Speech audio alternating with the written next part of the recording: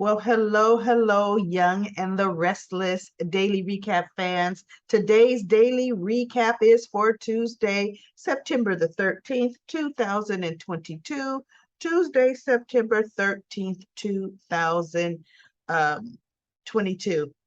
Okay, so today's Young and the Restless, it was okay. We get Jack seeing Victor seeing Jack sitting down at society. So of course he sits down and wants to offer Jack these words of advice, about Adam. Oh, it was a mistake to hire Adam. And so they go back and forth. And Jack was like, no, Adam needs a fresh start. He needs an opportunity.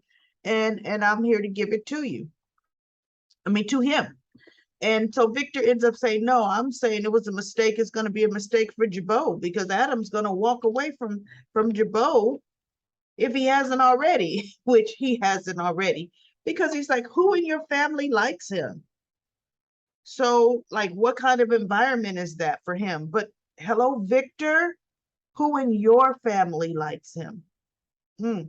And what makes it even worse is your family adamantly pretty much dismisses him, and that's family. He's actually related to them. The only one finally coming around after what decades is Nick. Well, Victor definitely cares for Adam, but in his own destructive kind of way. So that conversation pretty much went round and round and really went nowhere. It just honestly did. There was nothing that could be gained from that conversation. Then we have Nick going back into Sally, talking to Sally again, saying, oh, it's late, it's after hours. I'm surprised you're here. And I'm thinking, then why'd you stop in? It's late, Nick. It's after hours. What made you push her floor on the elevator button? You were hoping she would be there, so you could do exactly what you did, unburdened your soul on Sally. Oh, you gave her a nice pep talk, and then she gave you a nice pep talk, and you confided because you do know what happened that night. Sally's like, yes, okay. He doesn't truly know 100% what that she knows everything, but hey, Nick can be an open book when he wants to be to women.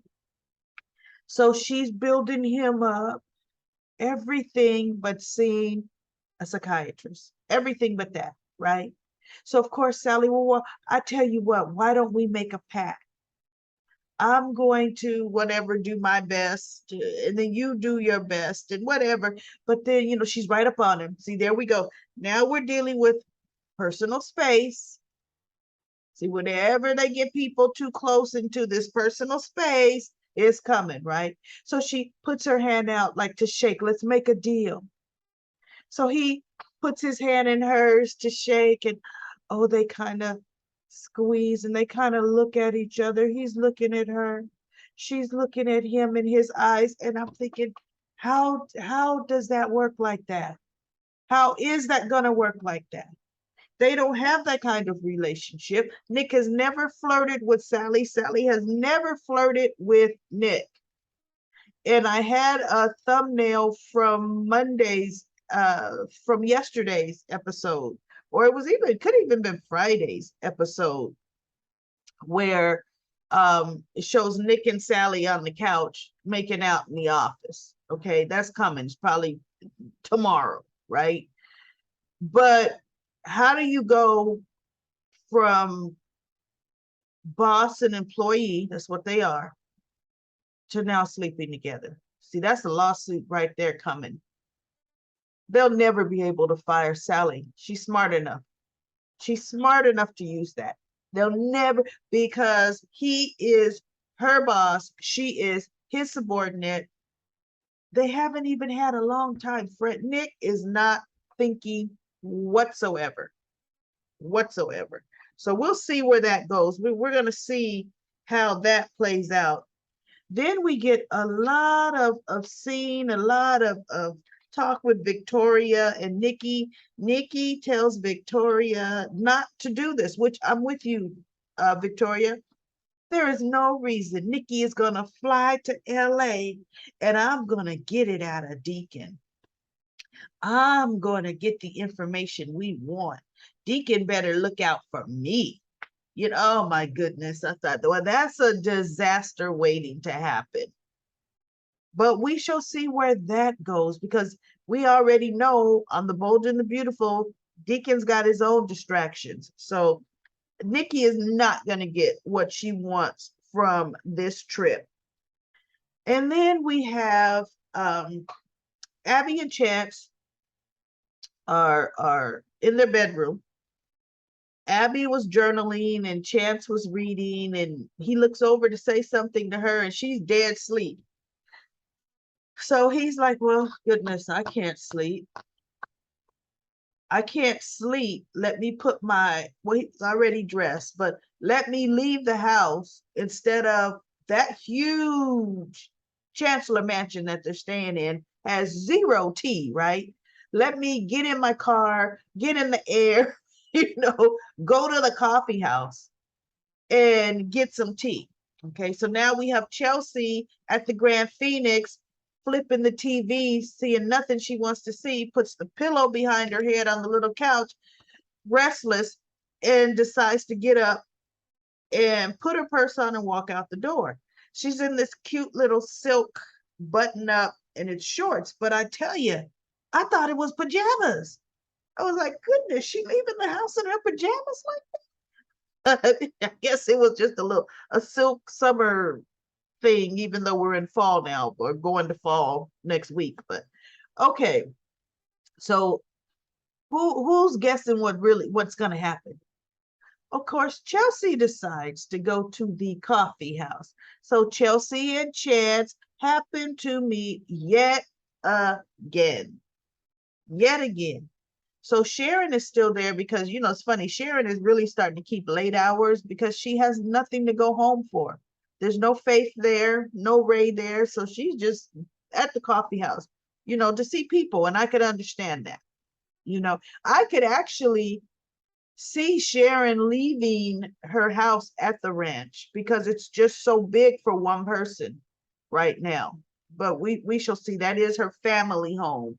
So it'll always be hers, but I could see her moving to something smaller, maybe the Grand Phoenix but we'll see.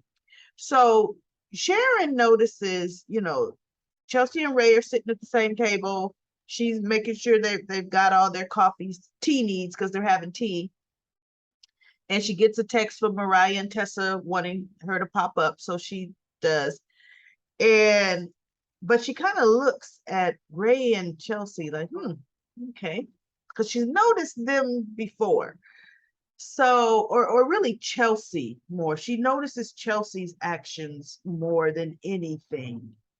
So Ray and Chelsea talk, and he asks how was her day, and she's now going through telling him everything. It got better when I saw Connor and Johnny, and Billy and I got them together at the pool, and he was saying something about their conversation. Oh, thank you for taking me home, seeing me home safely. And she goes, you talking to me really helped. And he goes, well, maybe I can help you now. I'm thinking, really, Chance? Really? You're now going to be Chelsea's psychiatrist? Chelsea, you got problems of your own, Chance. Stick to your own therapy, right? I hope this isn't, well, Ray was really close to her and Ray befriended her. Maybe this, I should take up Ray's work. I mean, I don't understand where Chance's head is in all of this, but Chelsea is just saying, well, yes, of course. So she's so eager to talk to him, right? We see where that's going. Oh my, it's just exhausting sometimes, right? Predictability. So we have Abby having this nightmare, right? About Chance. And she wakes up, oh my God. And then she sees Chance isn't there. And she's like, Chance, Chance. And there's no Chance. So Chance soon walks through the door.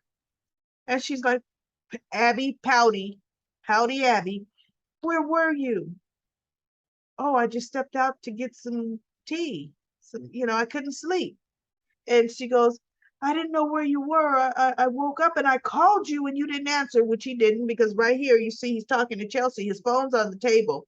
He's not seeing it's from Abby, right? And when he sits back down, if he sits back down, because they don't show that scene, he doesn't see missed call. I mean, come on. Even when he picked up this phone to leave, oh, missed call, you'll know she's awake. Your phone is registering a missed call from Abby, Chance.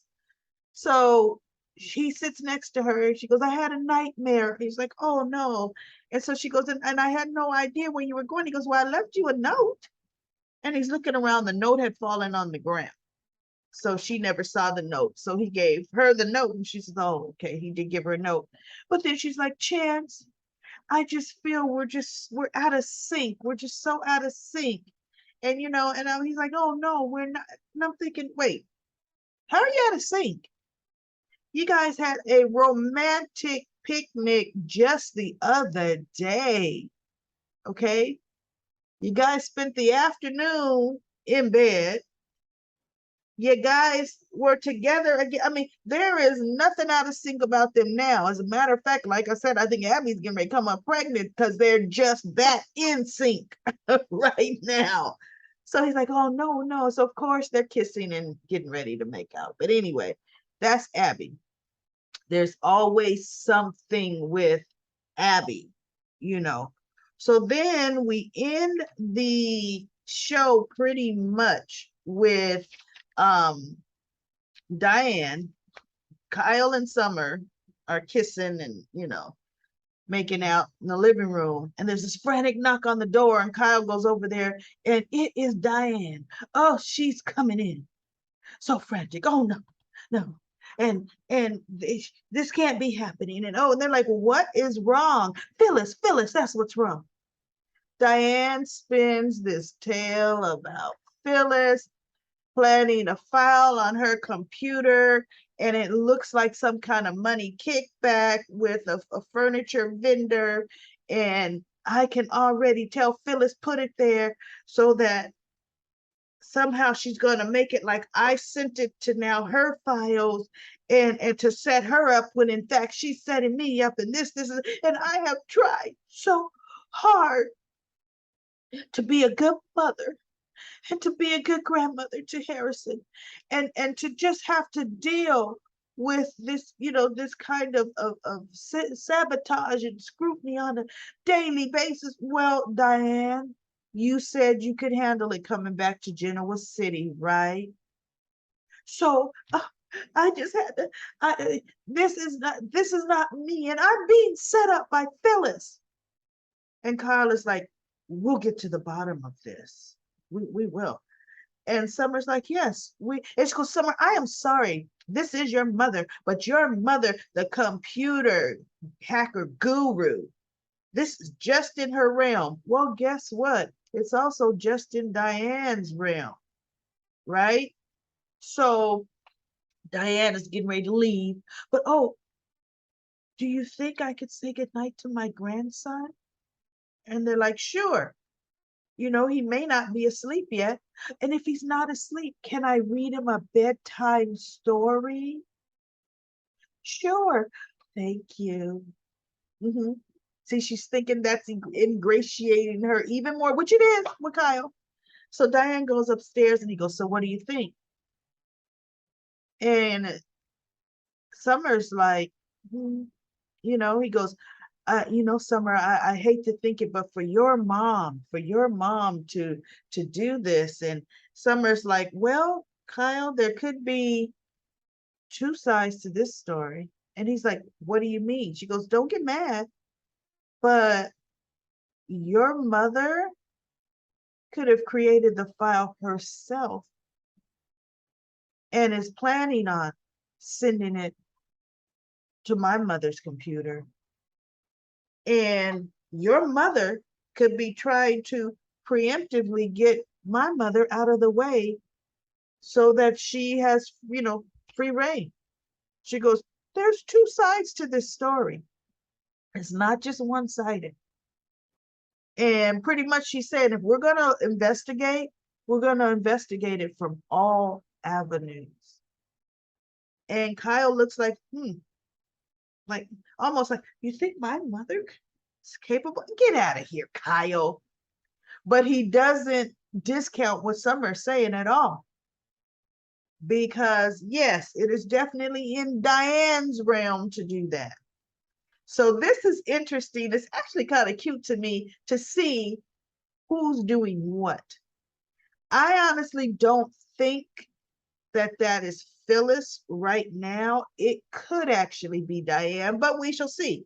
Nikki calls Phyllis and says, look, you just make sure I'm going to go to LA and do my part. You make sure you do your part at Marquetti, which to make us believe Phyllis is doing her part, but I just don't necessarily know that this is Phyllis right now. One thing I do know, the findings are going to come out very inconclusive. It really is this time, because it's way too soon for this thing to come to a head, right? But what Diane is going to do is tell Jack tomorrow, Phyllis is trying to set me up, Jack. And you know Phyllis can do it. This is her for, yeah. We've got that wolf out there, crying wolf, way too loud. So we'll see, because Phyllis is going to be smarter than that. We shall see. I love it. It's going to be interesting, the wit of those two women kind of going at it. So anyway, that is the daily recap for today. Let's go to comment corner. We've got 3 comments. Libby feels that too many characters are losing their dang minds right now. And she feels it's a great idea for Devon to buy his company back. I really do. I think he should. He's been okay with the merger, but Devon was happy on his own. He really was. He was happy the way things were. This was Lily's brainstorm. And Devon had to come around to Lily's brainstorm. Okay, so since this is with Lily's brainstorm, but Lily's brainstorm was not to take both of those companies public, then Devon needs to say, you know what, that wasn't what I had in mind. And I'm going to buy my company back, because he has enough money. He could definitely buy it back.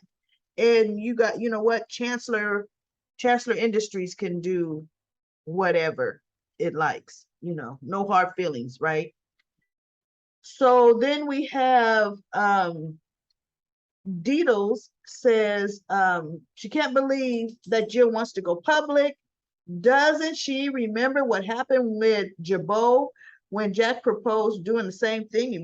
He had to talk his father into it. And then when they went public, Victor went out and bought the majority of the stock and became the major stockholder in Jabot. Owned more stock than John Abbott or the company. He just went crazy with that, which is what he wanted, right? And it took years for John to get out of that. Years for John to get out of that mess.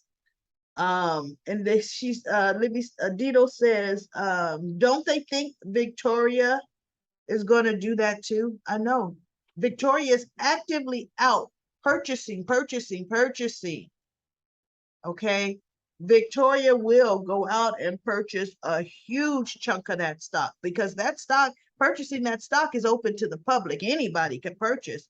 So she can go out there and become the major stockholder in Chancellor Industries, because realistically, yeah, she sure can. Yikes. That they might be doing a history repeating itself, because like Dito said, that she is ruthless. She's as ruthless a businesswoman as her father is a businessman, ruthless businessman. You're 100% right about that. And then Monique says, Devon better pray Nate doesn't pull a Abby, Nick and Victoria and sue, making them go public. Now, when they sued, Nate could sue, but he can't sue and make them go public. Any kind of lawsuit Nate could bring, Devon, if has merit, Devon has enough money to squash it. As a matter of fact, Nate, depending on what Amani is going to come with as the scheme, Nate couldn't even have enough money for the attorney power. Although Amani would, I will represent you, Nate. I'll represent you. And Devon's attorney power could squash her. Or guess what? Amanda will come in and put the smack down on her sister in court. Amani is a new lawyer, brand new. Okay. What, just a year that she's been practicing? Oh, Amanda will run rings around Amani protecting Devon. So that would be interesting. Well, that's it for Comic Corner today. I will be back for Wednesday's daily recap for The Young and the Restless.